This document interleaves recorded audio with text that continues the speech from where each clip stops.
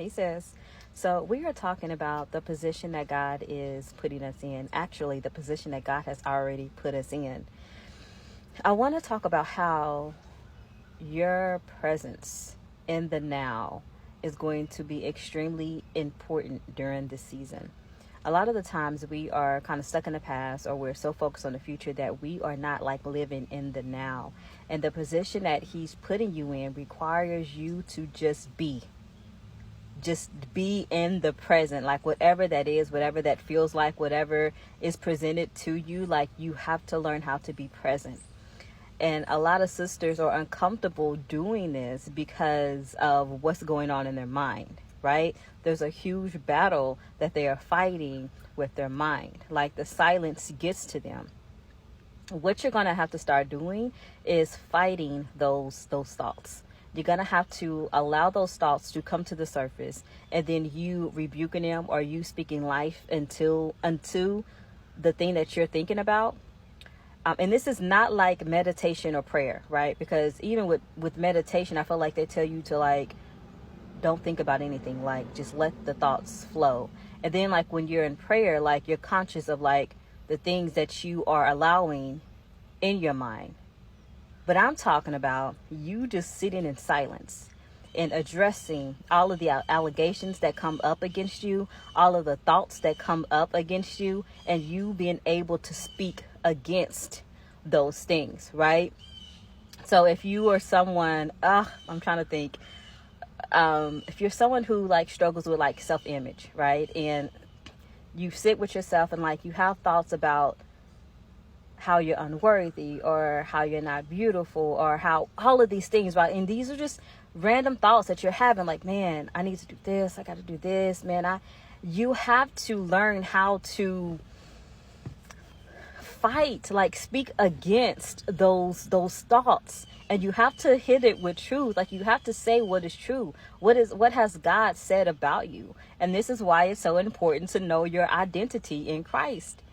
I remember when I first got married years and years ago, like this relationship was like 18 years.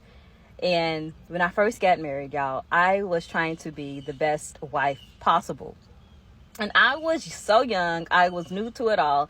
And me not really understanding what my ex-husband struggled with, he would say things about me, like a little jab, right?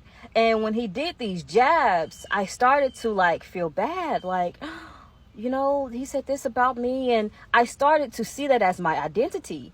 And what then happened was I got closer to God. And as I got closer to God, like I am reading about, how God created women and men, and like the statutes, the commandments, like how he wants us to be, like the image that he has for us. And I started to really see my identity, to where when he did start to say and speak things over me, it was like that's not true. Like, I know who I am. I know like I was able to not allow those things to bother me or get to me, because I knew they were lies from the pit of hell. And that's how you have to be like with those thoughts. You don't just let them sit there, because they are attached. It's like they are sent to you. And if you don't remove them or address them, they will just sit there.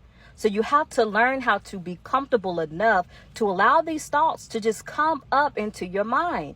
And regardless of why it's there, right? Why it's there, who put it there, that doesn't matter. If you're thinking it's because it's there.